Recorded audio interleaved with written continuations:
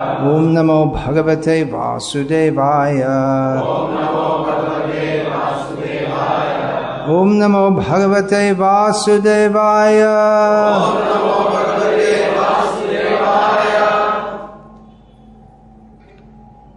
As you all know, this Srirangam is the most important, considered the most important place of the Sri Vaishnava Sampradaya.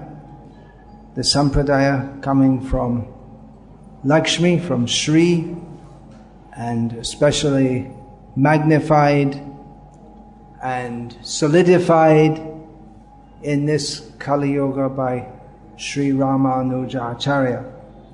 And I think most of you are quite familiar with the life and pastimes of Sri Ramanuja Acharya, perhaps more so due to the TV serial that's going on. Is it? You're watching that? Ramanuja TV serial. You're not supposed to have TVs, but you can go in someone else's house and watch.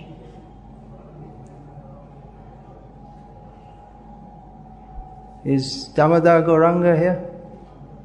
He's the producer of that, or director, or whatever it is. He's coming. Yeah.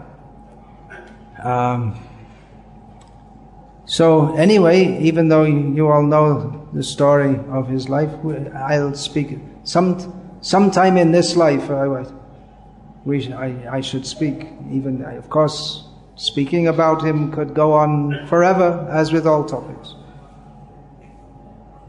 Ananta Shesh couldn't reach the end of his glories. But again, he is Ananta Shesh. So, in another form, he couldn't reach the end of his glories. Now, it's not something that we want to make an argument with the followers of Ramanujacharya, Sri Vaishnavas.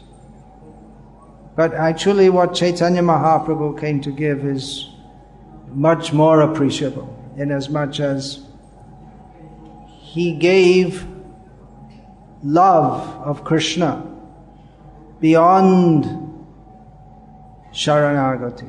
Krishna's topmost instruction, or ultimate instruction in Bhagavad Gita. Mamekam Sharanam Vraja. Take full shelter in me only. That's the essence of that verse.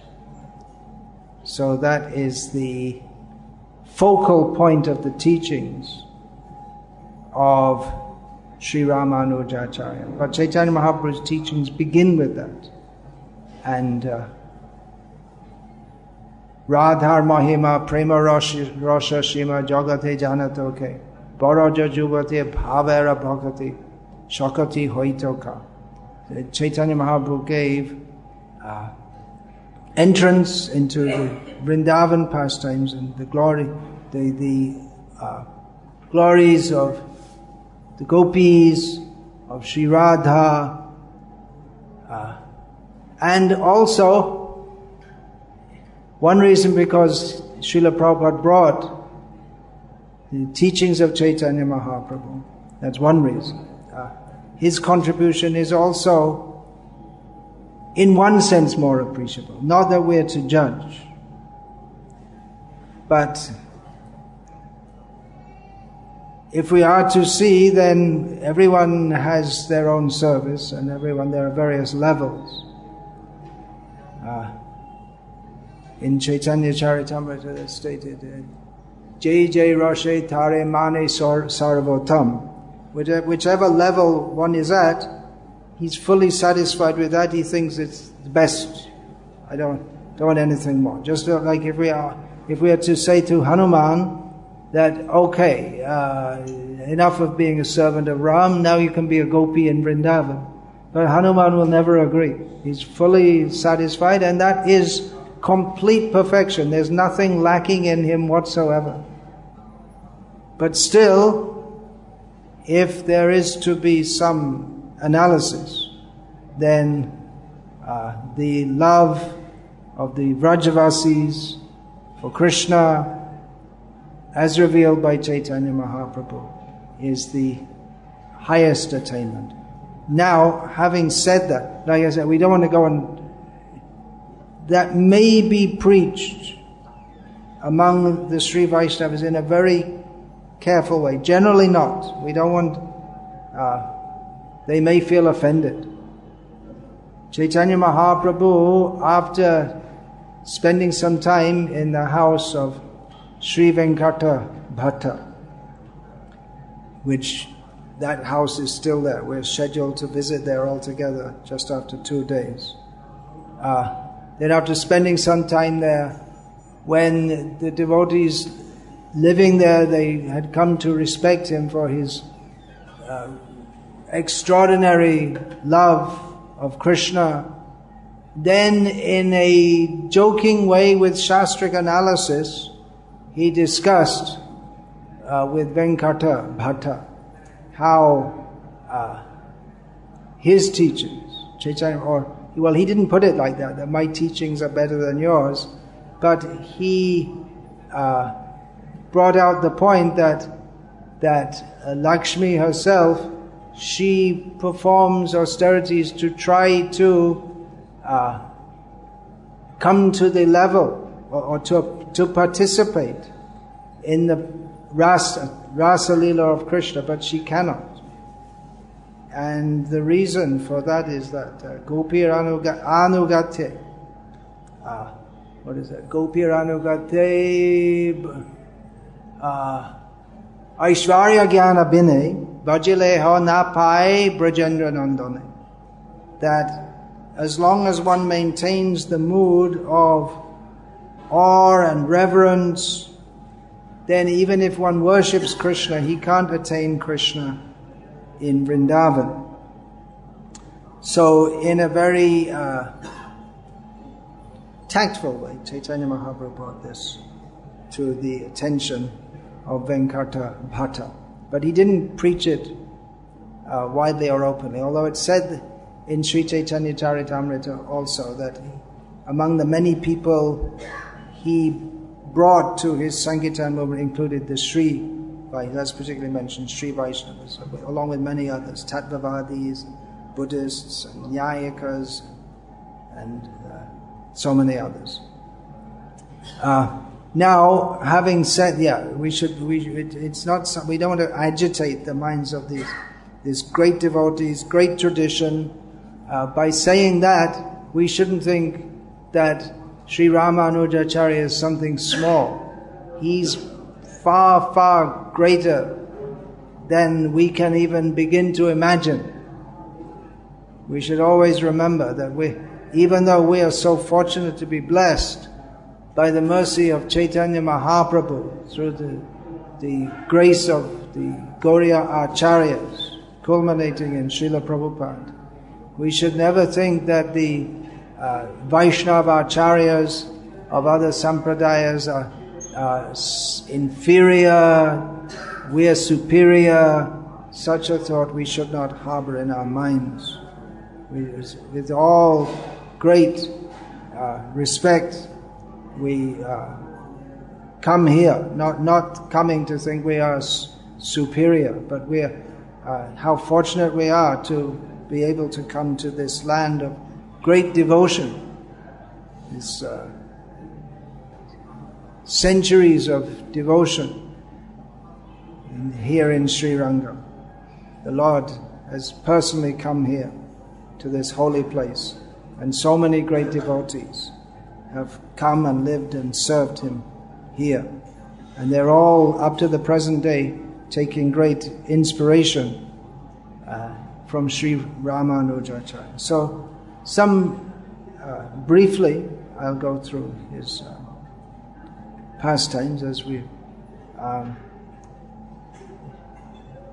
that in more detail, in more detail means unfortunately we don't have time here. Otherwise it would take some days to go through even the known pastimes without elaborating on them more. So just briefly we can see, first of all, his position. If we see the history of Kali Yuga, that people in the name of Vedic sacrifice They were unnecessarily killing animals. So Lord Buddha came to stop animal killing. People were doing it in the name of the Vedas. So instead of arguing on the basis of the Vedas, he simply said, he made the simple connection, logical connection, seemingly logical connection, that, well, if that's what the Vedas teach, then we don't accept the Vedas, because this violence to animals, how can that be good? So he stopped the evil of misuse of the Vedas just by stopping the Vedic culture, the study of the Vedas among his followers. Just like a child may have, the knife may be something very good and useful for cutting vegetables, but in the hand of the child, he doesn't know how to use it, so take it away. Don't use it at all. That doesn't mean that no one should use it, but he doesn't properly understand its usage and uses it in a bad way. So no, you don't ever touch that knife. No, stop. So like that. With the child, the intelligence is so undeveloped that he can't see the proper use of it and he'll misuse it. So for the child, just don't touch the knife. Just leave it. So people at that time, their consciousness was so deranged, polluted, that all right, just stop. No Vedas, no Vedas. So he stopped the animal killing.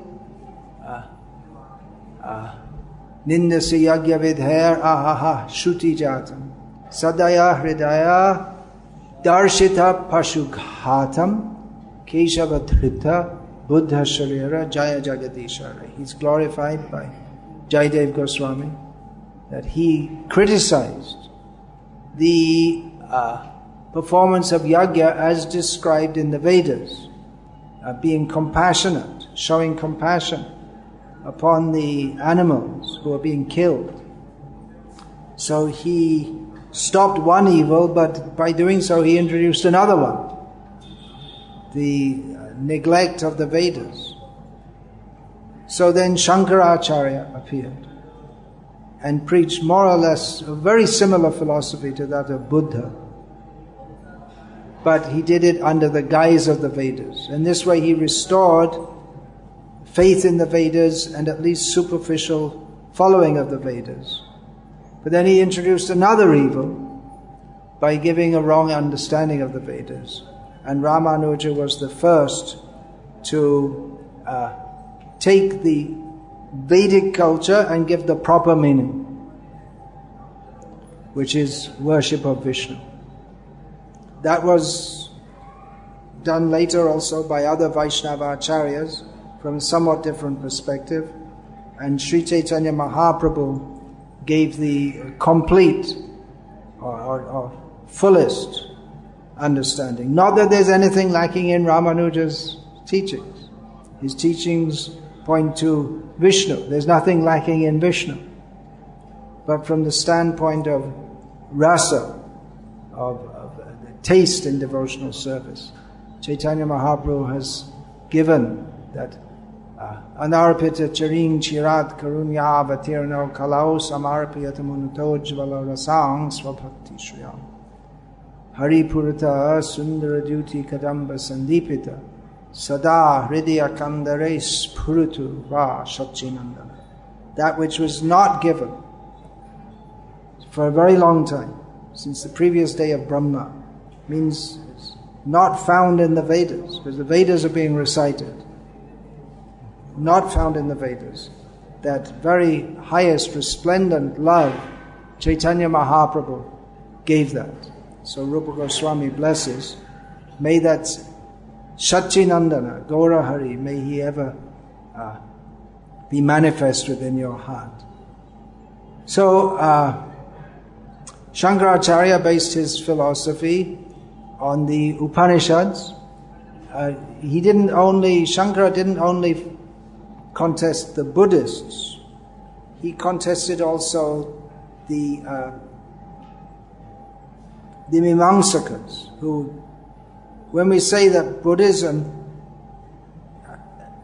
Shankara drove Buddhism out of India, but it wasn't that the Vedic culture was completely stopped. That was going on side by side. There were also Buddhists and Jains, who were also anti-Vedic culture. But the Vedic culture that was going on at the time of Shankara was mostly Mimamsaka, materialistic, following the Vedas for the sake of sensual enjoyment in this life and future lives. So Shankara, he pointed to the Upanishads. People mostly followed the Vedas without, not much concerned about philosophy. Mimamsakas means you do the ritual, you get the result. What do you need philosophy for? Just like you put the petrol in the car and you get in and you you push the button these days. And you drive it. You don't need to know how it works. If something goes wrong, you call in an expert. But you don't need to know how a car works to drive it. So in the same way, the followers, you do the rituals, you say the mantras, and you go to Swarga. There's no need of all this philosophy. Upanishads, forget it. That's all. It's all for useless people. That's what they said. So Shankara, he put emphasis on the Upanishads from the Vedas, and Ramanuja, he picked up on that. Ramanuja, later Madhva also, because they presented the philosophy of what we call Krishna consciousness in contrast to, or in combat to, the philosophy of Shankara, because Shankara interprets Upanishad means this, and then the Vaishnava Acharya said, no, it doesn't mean that. It means this. Tattvamasi. You are that. No, you are of that. Or you are not that. There are different ways. And Chaitanya Mahaprabhu came in and said, anyway, what are you making such a big fuss about Tattvamasi? Why are you making... That's the main point of the Vedas is Pranav, Omkar. Anyway, it's a highly philosophical tradition. The Upanishads are very abstruse, difficult to understand. They're in language which is... it's not like telling some story. It's very easy to understand. There's so many... Actually, that's one thing Buddha did. He gave the philosophy of the Upanishads, of the temporality of material life, but the eternality of eternality of the soul, but then he denied the soul. The suffering of the material world, all this. But, it's said that he said that, although we don't really know. But so many stories for the common man, they can easily understand the temporality of this material world. Just like one of the famous stories about Buddha, we can also say it. It's an instructive story for us also. That one woman, her son died. She became mad with distress. So she was going door to door saying, do you have medicine? My son is sick. Do you have medicine to revive him? And everyone said, what medicine? He's dead. There's no medicine. So eventually one man said, you go see the Buddha. He'll give you. So she went to see the Buddha taking the dead body. He said, you can give medicine to revive my child. He said, yes. You have to bring me some mustard seeds. But you have to bring the mustard seeds from a house. You go to the houses, and those seeds have to be collected from a house where no one has ever died. Now nowadays people die in the hospitals, but previously... and they're always building new houses, but people live generation after generation in the same house. So she went in the village, one house. You have mustard seeds? Yeah, of course. How many do you want? But one thing, did anyone ever die in this house? Of course, so many people, generations. She went house to house and found the same answer. Yeah, just 1 month ago someone died, this birthday. Oh, then she came back. And she buried her son and came back to the Buddha and said, yeah, I got the medicine. She understood. And she became the first Buddhist nun. Or maybe, I don't know if it was the first. Anyway, she became a Buddhist nun. So it's so everyone can understand.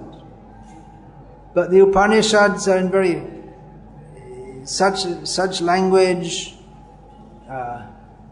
that you can interpret this way, that way, Sanskrit grammar. Actually, Srila Prabhupada gave us Bhagavad Gita, which is the essence of all the Upanishads. Bhagavad Gita as it is.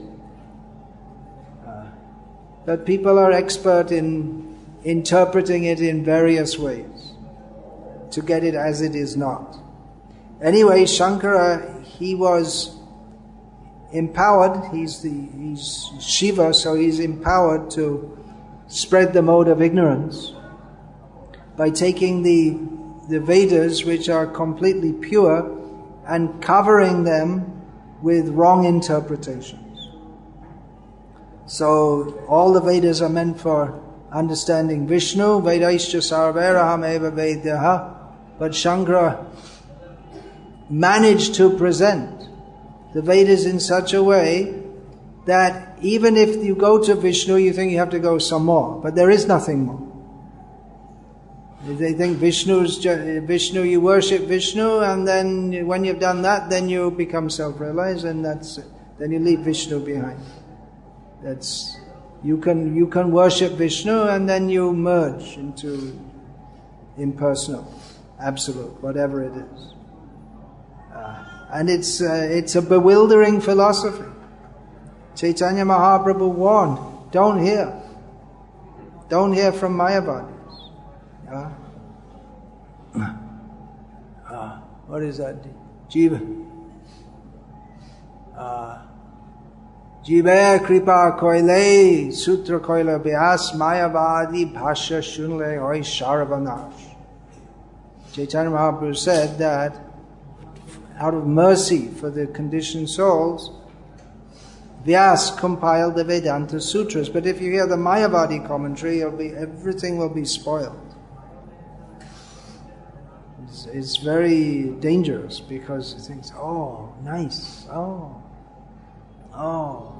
I can become Paripurna, Satchidanda, I can become the full, complete, absolute, eternal, knowledgeable, blissful. I can, it's very enticing to the mind of the conditioned soul.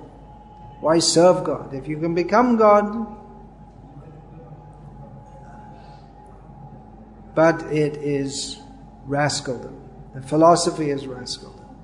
And Ramanuja was the first to systematically combat that by making his commentaries, 2 commentaries on Vedanta Sutras. The philosophy of the Upanishads is summarized by Vyasadeva, and summarized and explicated, made clear in the Vedanta Sutras. And Shankara gave his commentary, which covers the meaning, and Ramanuja gave the proper meaning. So this is Ramanuja. He came to do this. His appearance is different opinions. It seems 1017 in the common era. That means just like we have 2016 now. So 1017 is generally accepted. That's why next year they're going to celebrate the 1000th 1,000-year celebration of Ramanuja's birth. So his father's name was Asuri Keshava. Asuri is not a bad name. Asura is a bad name. Asuri is the name of one rishi. And we'll find in Bhagavatam his name is there. And so his name was Asuri Keshava. And his mother's name was Kantimati. There's one devotee in Salem, I initiated it. You know that name? Kantimati, which is a name of Lakshmi. And he grew up in, you all know, Sri Parambadur. Maybe the Nepali devotees don't know. Do you know that? Ramanuja was born in Sri Parambadur? You don't know. No. All the Tamil devotees know, I think. Isn't it? You all know very well.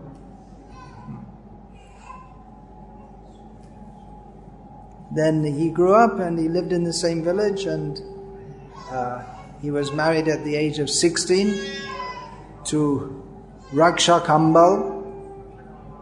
After 4 months after he was wedded, his father died. Ramanuja's father died, and Ramanuja, now as the head of the household, he decided to move to Kanchi, because Kanchi is from time immemorial a place of great learning.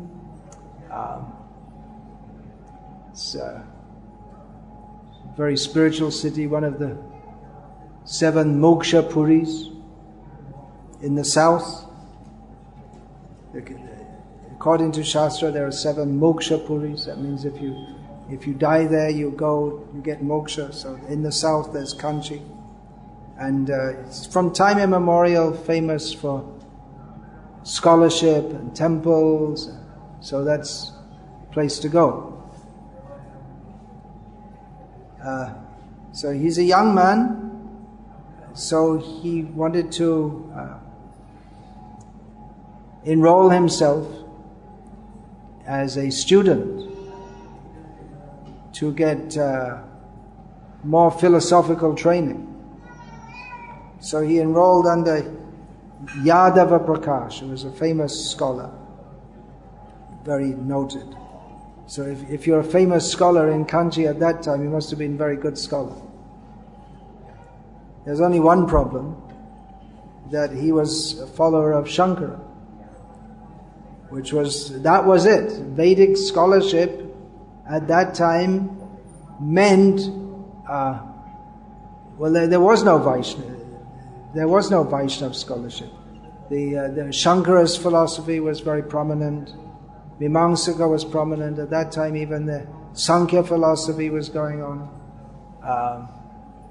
The Karnad philosophy, atomism, Vaisheshika, that was going on at that time. It was still going on. There were still followers of that school.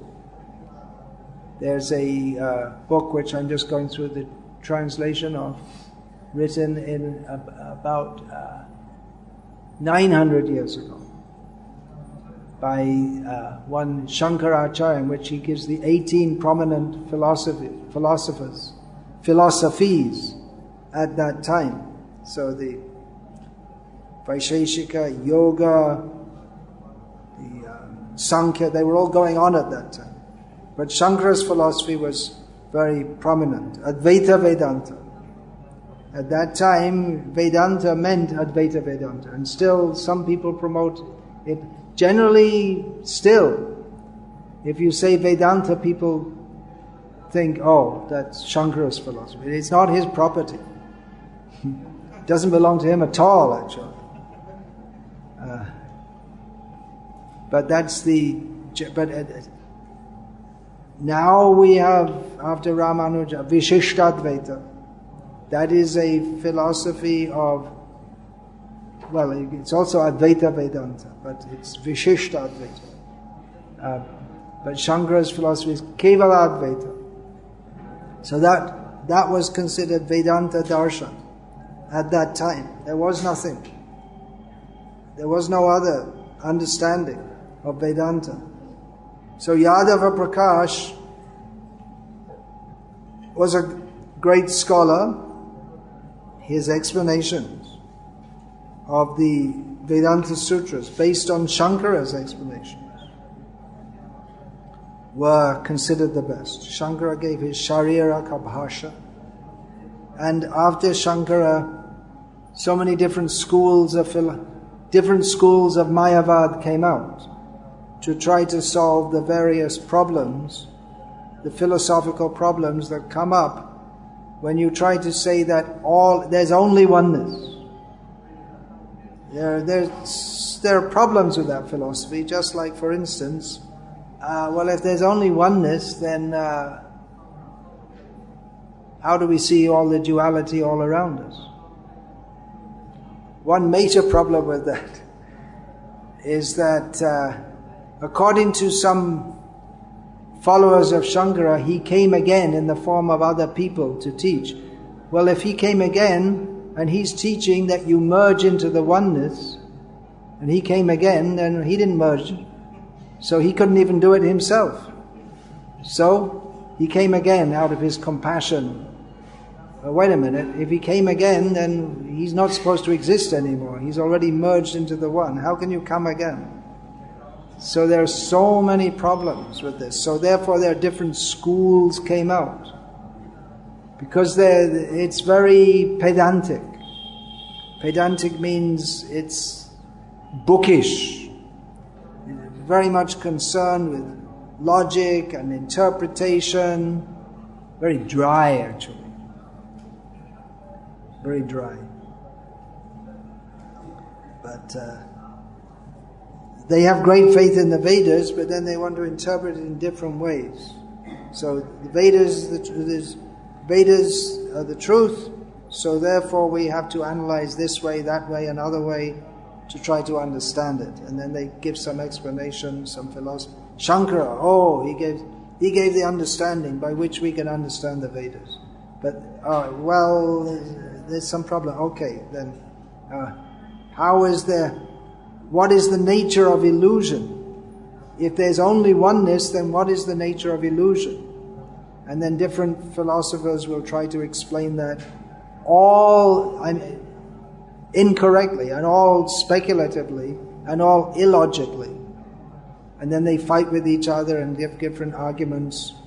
But Yadava Prakash was most expert in giving explanations. So he was a very famous scholar.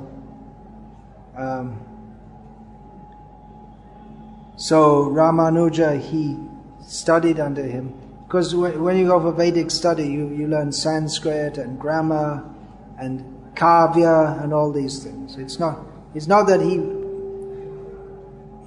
went to him specifically to learn the Advaita Vedanta, but the basic Vedic studies are the same for everyone, whatever. You may be Smarta or Vaishnav, Tengalai, Vadagalai, but basically the first study is to learn Sanskrit with the grammar, and then you have to learn at least one Veda by heart, and there's no philosophy. And then there'll be kavya, there's something Megdut or something like this. And you study all this Raghu Vangsha, something. And then there's no philosophy there. Explicitly, there's no philosophy. So you can study that from anyone. But Yadav Prakash was a very good teacher in all these things. So Ramanuja went to him. And Ramanuja was very bright. He was a late comer to studies, but he was very bright, and Yadav Prakash was very pleased with him. Naturally, a teacher becomes very pleased when the student excels, and therefore Yadav Prakash engaged Ramanuja out of affection. He engaged him in various services. Common service for the disciple to the guru is to give massage.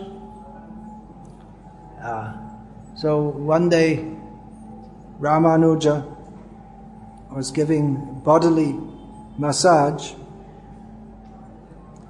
And just before this, Yadav Prakash had taught the students some passage from the Chandogya Upanishad, which is, there's a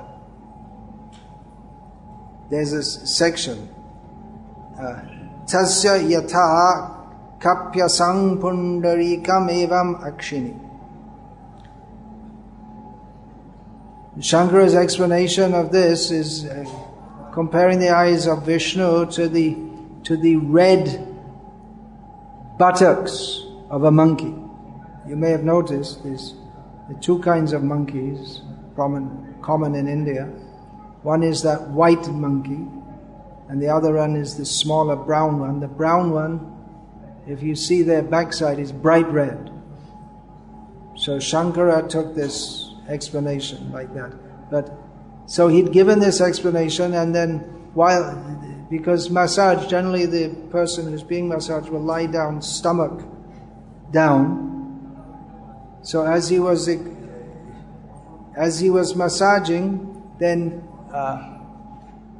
the Yadav Prakash felt some hot tear fall on his back. So hot tear means there's some great distress or anger. Cool tear means tears of happiness, and hot tear means tears of anger or distress. So Yadav Prakash was surprised. He said, "What's this? You're crying? What are you crying?" And Ramanuja straightforwardly told him that this explanation you gave, that's not proper. And he explained it in a different way by explaining.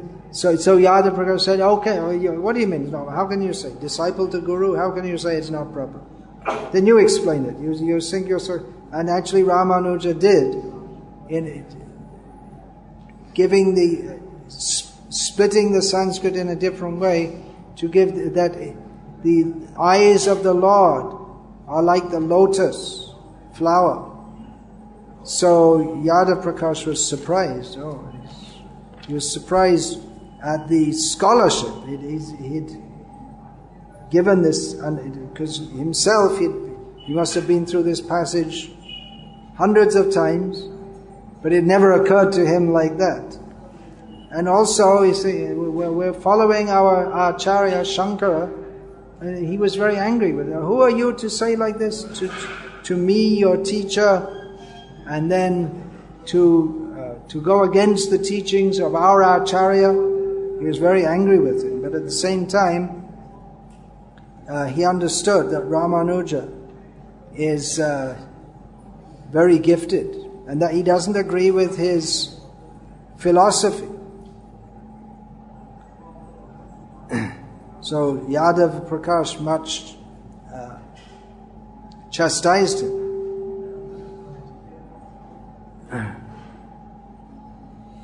Another time, when Satyam Jnanam Ananta Brahma, this statement from Taittiriya Upanishad, the Yadav Prakash explained that to mean that Brahman is intelligence, truth, and infinity.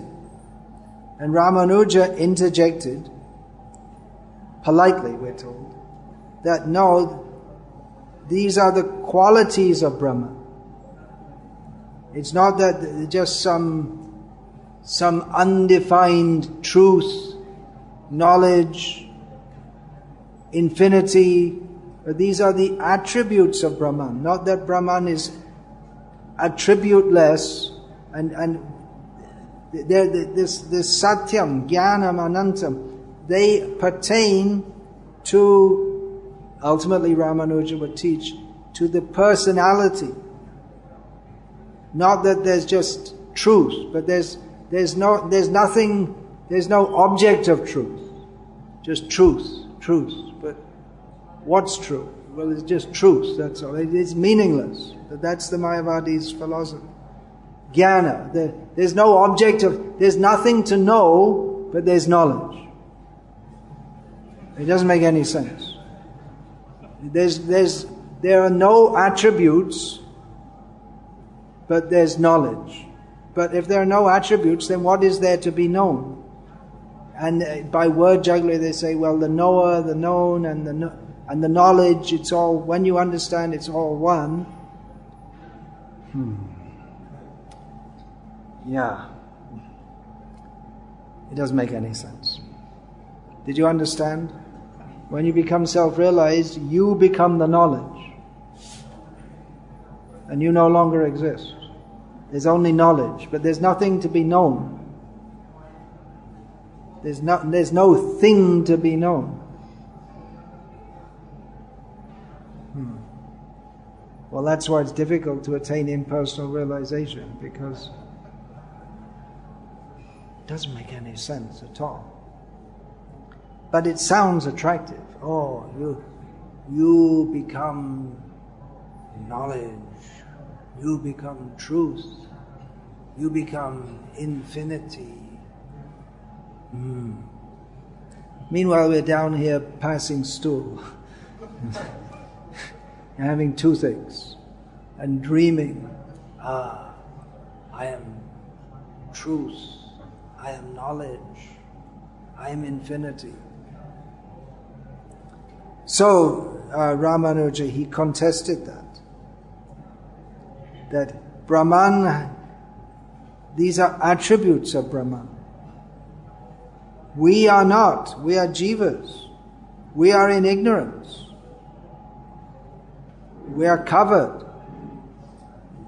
The Supreme Lord is never covered by ignorance, by untruthfulness, or by limitation. The Supreme Brahman is the reservoir of all good qualities. Yet at the same time, He's superior to these qualities. He's not bound by them. Just like the sun is superior to the sunlight, being the source of it. So Yadava Prakash, he became very angry. Didn't like being corrected by this young boy. At the same time, he could understand that this Ramanuja, what he's saying, it's a valid, on the basis of Vedic exegesis or study, it's a strong argument. You can appreciate that, because he himself was very learned in Vedic study. He could understand it's a very strong argument. But he became very angry. And he could understand. You're going against our Acharya. That's actually a very poor argument. That if your argument is only that you're going against our Acharya, it's not a good. You should show how it goes against and how the Acharya is correct.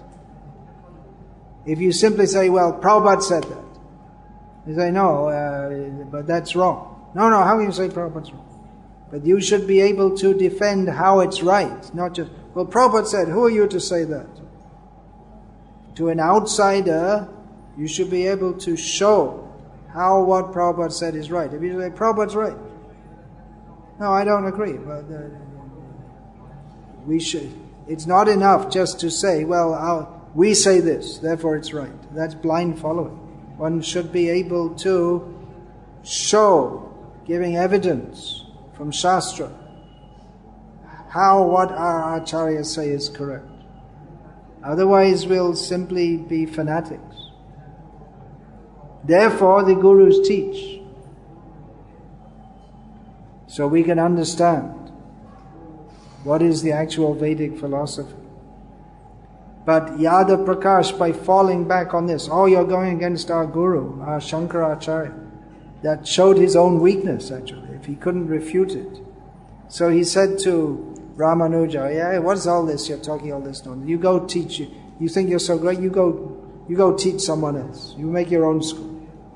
He threw him out. So Yadava Prakash started to think, it's very dangerous. This boy is going to spoil our whole culture. Because you can remember that in those days, there was a lot of competition. We don't have that now. Modern Hinduism is some big kind of mush in whatever you believe, it's all, everything's okay. I'm okay, you're okay. Joto mot toto pa. Jane do, whatever you want. Let it go. Let it go on. But in those days there was a lot of competition between different schools.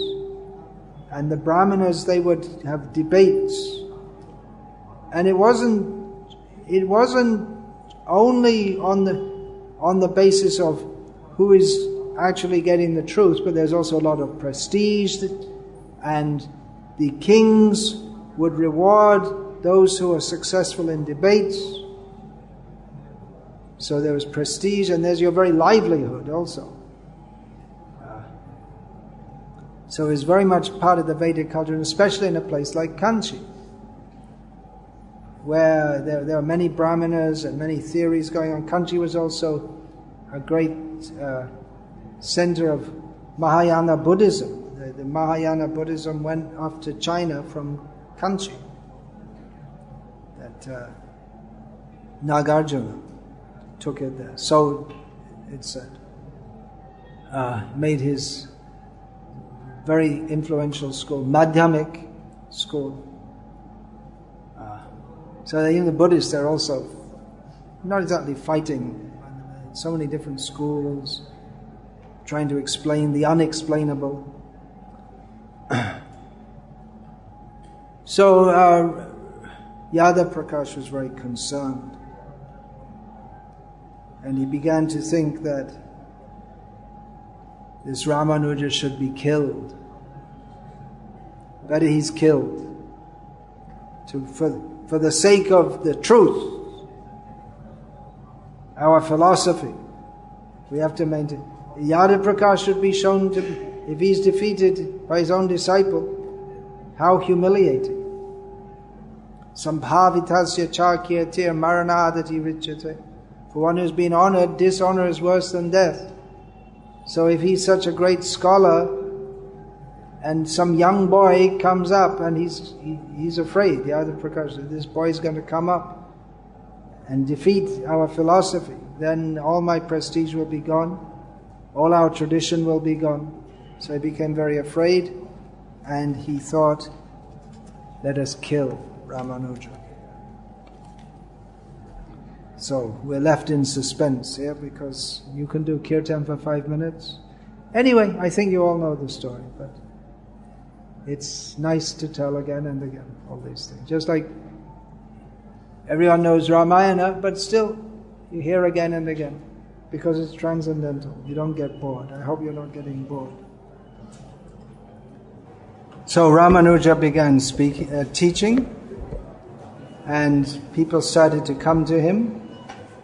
He taught in a way that was unknown at the time. It was considered something completely new. Of course,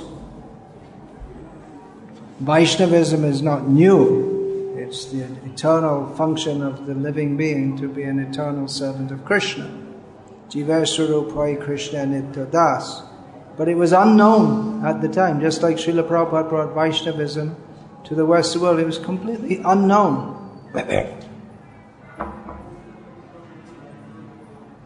So this philosophy of Vaishnavism that Ramanuja taught was new. Now, of course, there had been alvas before that, but they didn't teach systematically, philosophically on the basis of the Shruti. Ramanuja did that.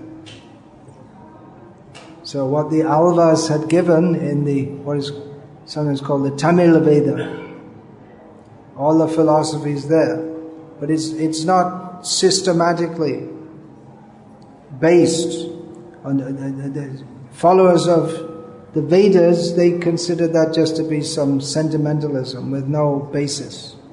But Ramanuja gave the same philosophy, the same teaching, but on the basis specifically, directly predicated on the Vedas. So that was one great contribution of Ramanuja. And then he gave also system of following, daily practice for Vaishnavas.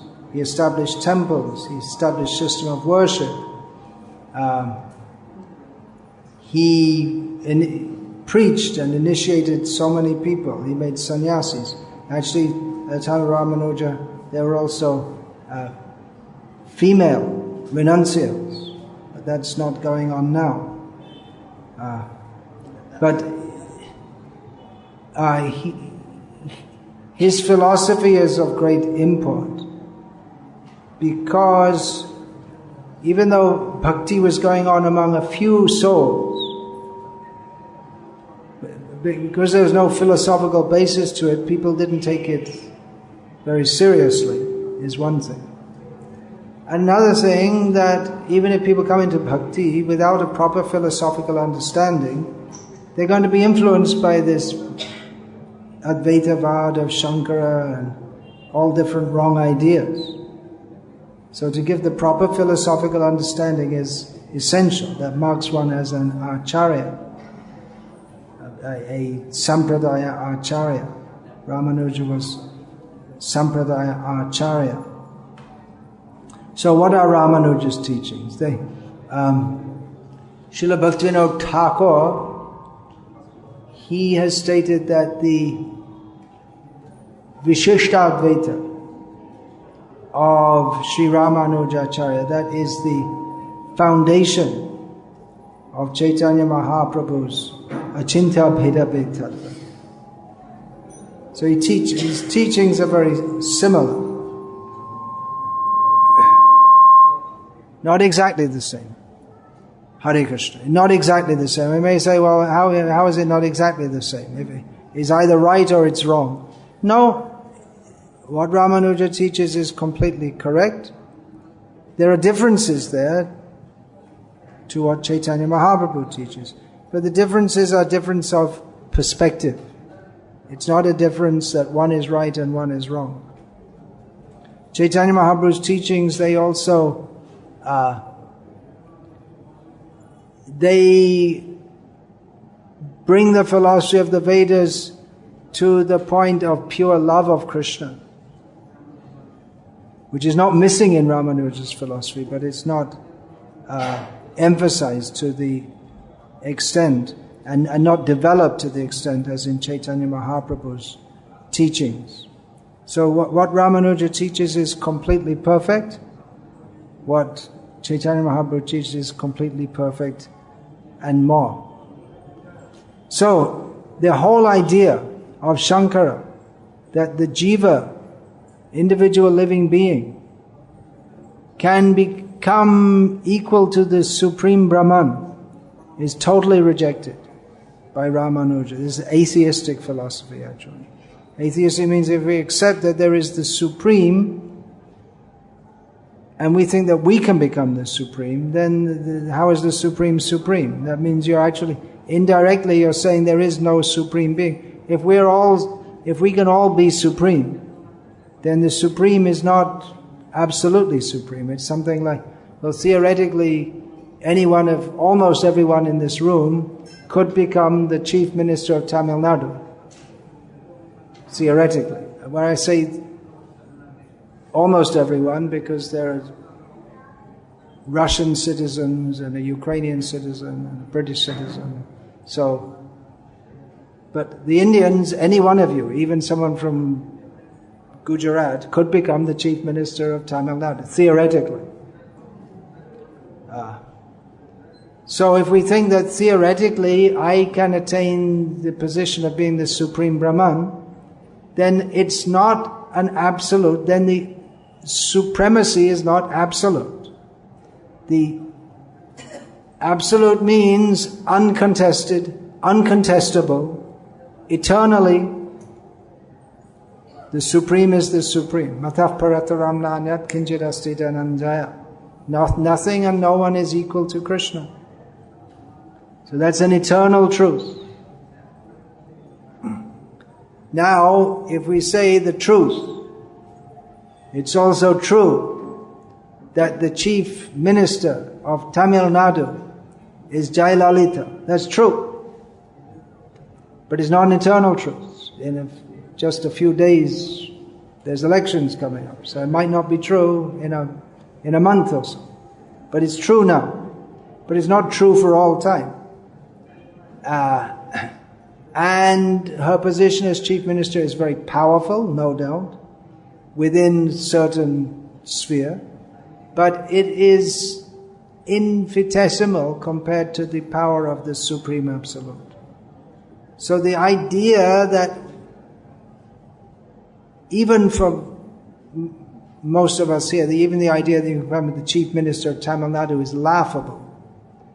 You say, so what are you going to be when you grow up? I'm going to be the chief minister of Tamil Nadu. It's how many people live in Tamil Nadu? 60 million people, something like that, 6 crores.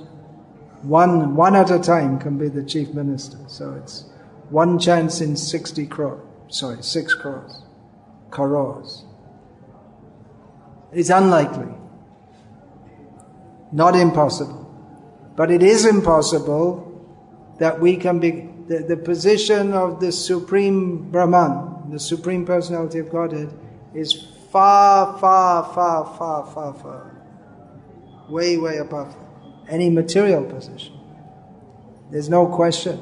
It's of us attaining that position. It is foolish just to think, just like if I say that, all right, Krishna, Keshav Das, you want to be the chief minister of Tamil Nadu? You're foolish. No one's going to vote for some Telugu brahmachari to become a chief minister. You can't even get any political situation. You might somehow be able to fool people and become a sarpanch or something like that. But chief minister, it's not impossible.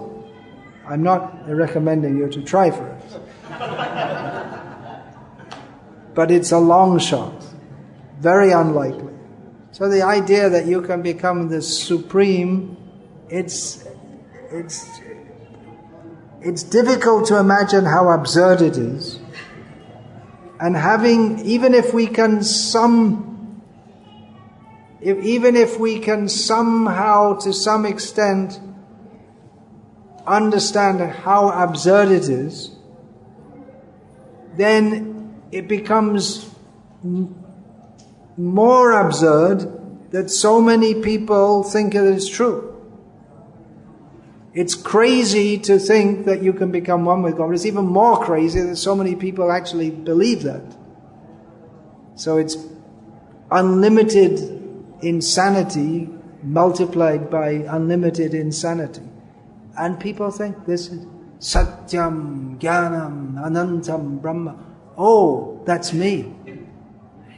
It's just unbelievable, amazing foolishness. So Ramanuja preached against that. And it's amazing, actually it's a fight, philosophical fight. And people are convinced. No, it says there, Satyam, Jnanam, Anantam, Brahma. They can't understand this. So amazing, it's unbelievable foolishness and rascaldom which Ramanuja stood against. Using the same tools that Shankara had done. Tools means shastric interpretation. To study the Shastra, that is proper, but then one should give the proper meaning. Shankara misled the whole world. Ramanuja gave the proper meaning. for the first time. That the jiva is not God. He's at the same time not wholly different from him. If we say that he's wholly different from him, then how can there be any relationship? There has to be quite some level of similarity for there to be a relationship. For instance,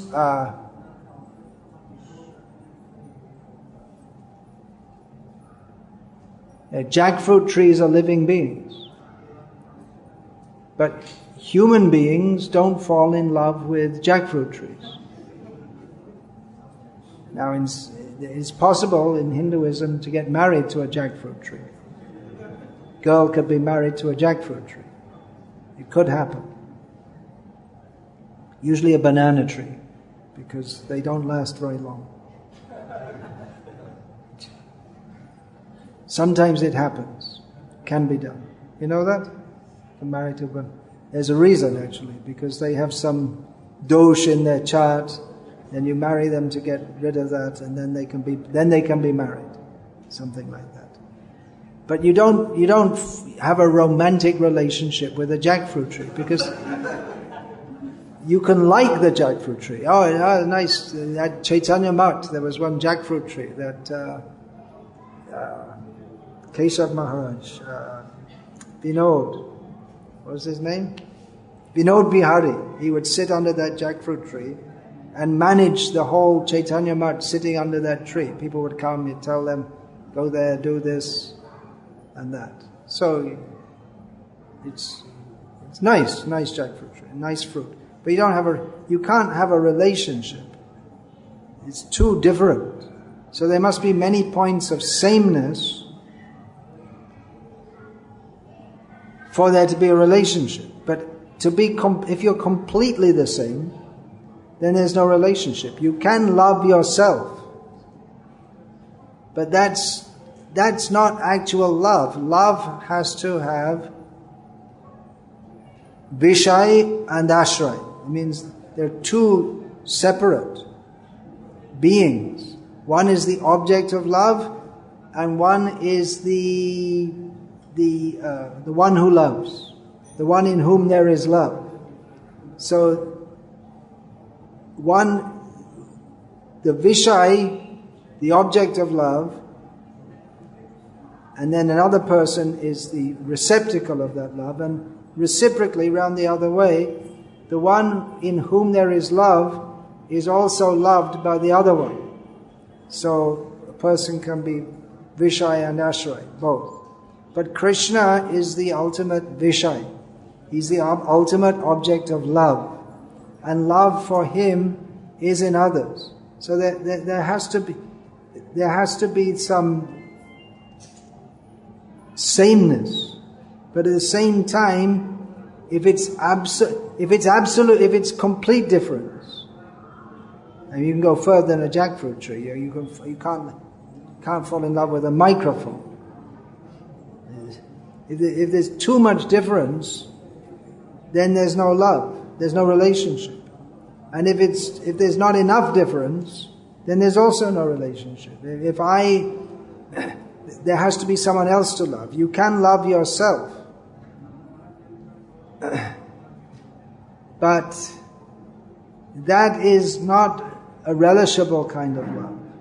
Narcissism, that's called in English narcissism, where you become infatuated with yourself. But you can only be infatuated by yourself by comparing yourself to others and thinking, oh, I'm so much better. So this philosophy Ramanuja taught, and we're over time. We are not the Supreme Brahman, we are a particle. Mamaivangsho jiva loke jiva bhuta sanatana. We are part of the Supreme, not separated in the sense that we are different, but separated, not separated in the sense that we're totally different, but we're separated in the sense that we are in this material world, we have separated ourselves from Krishna, from his love. So by nature we are meant to be with Krishna, but separate from Krishna. Not that we become Krishna. So this basic point Ramanuja taught is a very basic point. Should be easy to understand.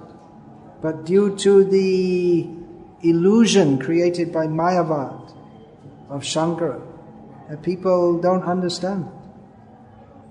Very powerful. Shankara is very powerful Acharya. Ramanuja is more powerful. So, as a part of the whole, the duty is to serve the whole. Ramanuja gave the philosophy of the Sharia and the Shariri. He gave the example, this analogy, that the Supreme Brahman is like the whole body, and the living beings are like parts of the body. So the duty of the parts of the body is to serve the whole body. Just like the finger has no existence separate from the body, and the finger acts for the benefit of the whole body. It's a rough example. Sharir Shariri Bhav. He taught in this way, that we are not different. The finger is not different from the body, but it's not the whole body. So in the same way, we as living beings, we are not different from Bhagavan, but at the same time, we're different in the sense we're not full and complete in the manner that he is. We are simply part of him and meant to serve him. That is our constitutional position, called Vishishtadvaita. Means oneness, but with some qualification also. Qualification here in the sense of Visheshta, or a modification. Some modification is... No, actually qualification is a better word. Anyway, something like that. So qualitatively one with the Supreme, but quantitatively different.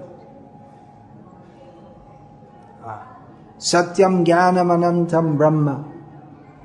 So that's true, the jiva can attain the state of Satchidananda, but still his position of Satchidananda or Satyam Jnanam Anantam is insignificant compared to, he is infinitesimal compared to the infinite Supreme Lord.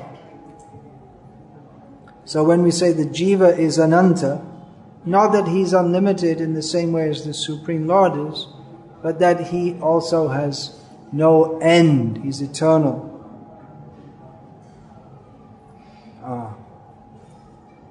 So we're dependent on the Supreme, we cannot become the Supreme, we are not the Supreme. Shankara says that everything is Brahman,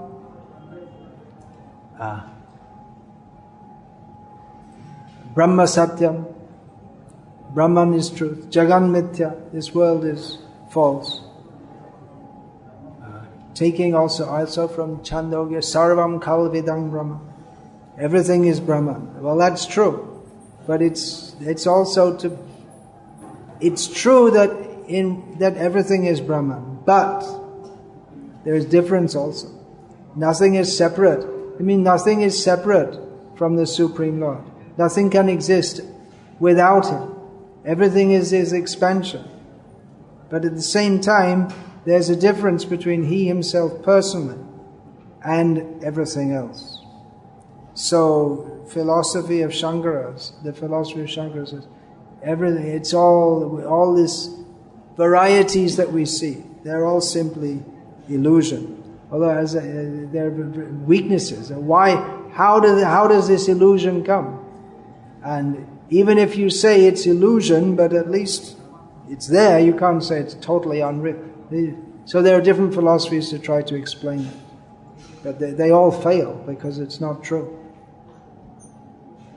Yes, it is real, it is true that Jailalita is the Chief Minister of Tamil Nadu. It's not an eternal truth, but you can't say it's untrue.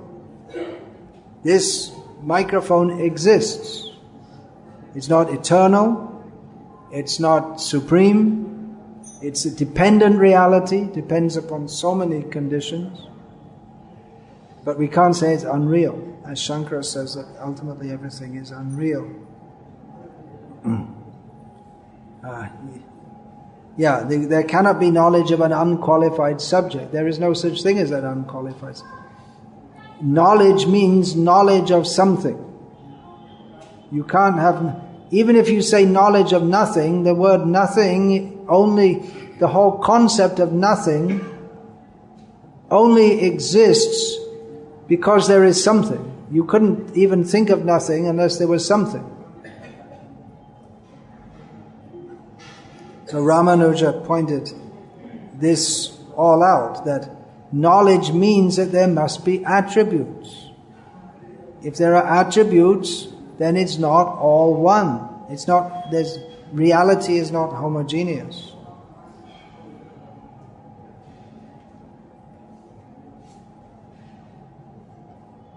Then another thing, you've heard all these things before from Prabhupada.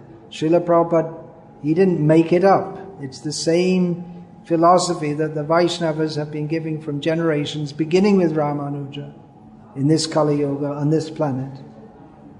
The same philosophy to combat the nonsense of the Mayavad. One idea of the Mayavad school, I say there are different ideas. This is directly from Shankara, that illusion covers the supreme. We are supreme, but we become covered by illusion. Then we're not supreme. Ramanuja pointed out, we're not supreme. If we're covered by illusion, then we're not supreme. Then how do you explain to someone that it's our lila? Our lila means we're kicked from body to body to body. What is this nonsense? Then illusion is greater than Brahma. How does that illusion come about? If Brahman is supreme and homogeneous? Ramanuja pointed this all out, and he got followers because it makes sense. Not only does it make sense, but the Mayavad doesn't appeal to the soul. It appeals to the inflated false ego, but it doesn't appeal to the soul. So, Ramanuja taught that we are all eternally individual living beings. The Supreme is eternally the Supreme. Narayana is eternally the Supreme. But due to the very fact that we are infinitesimal, we are not the Supreme. Therefore, we have the tendency to become covered by illusion. So in this way he explained very well how illusion comes about. What is the nature of illusion? Illusion means to forget our relationship with the Supreme Lord, whereas the Shankarites, they have no actual explanation of all these things. Okay, I'll finish there for now, in the middle. And Krishna willing, we can continue later, because we'll stick to the schedule. Okay? Hare Krishna. Hare Krishna. Thank you all for giving me the opportunity to speak. It feels very purifying to speak about these great personalities, Ramanuja. By his mercy, we're able to come here and speak these things.